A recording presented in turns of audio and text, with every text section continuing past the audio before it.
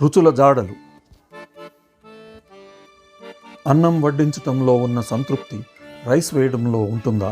కోడి కూరలో ఉన్న రుచి చికెన్ కర్రీలో ఉంటుందా? మినపగార తిన్న ఆనందం వడలు తింటే వస్తుందా? కొబ్బరి పచ్చడిని చట్నీ చేసేస్తే ఏం బాగుంటుంది? తెల్లని అన్నంలో మాగాయ కలుపుకొని తింటే అమ్మమ్మలు గుర్తుకురారా? పెరుగన్నంలో అరటిపండు కలిపి కొడితే కర్డ్ రైస్ చిన్నబోదా? పప్పుచారులో సాంబారు కలిపేసి పప్పన్నమును దాల్ ఫ్రై చేసేసి చేపల వేపుడును ఫిష్ ఫ్రై చేసేసి ఏంటో తెలియకుండా కలిపి కొట్టేస్తే ఎలా?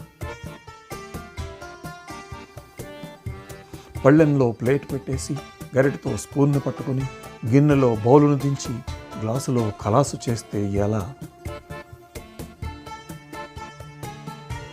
వరుసగా కూర్చుని భోజనం చేయక క్యూలో నిల్చుని తింటే ఎలా?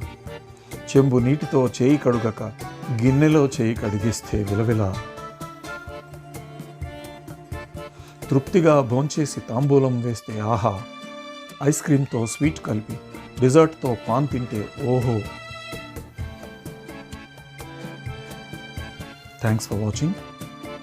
మీరు రుచి చూడండి.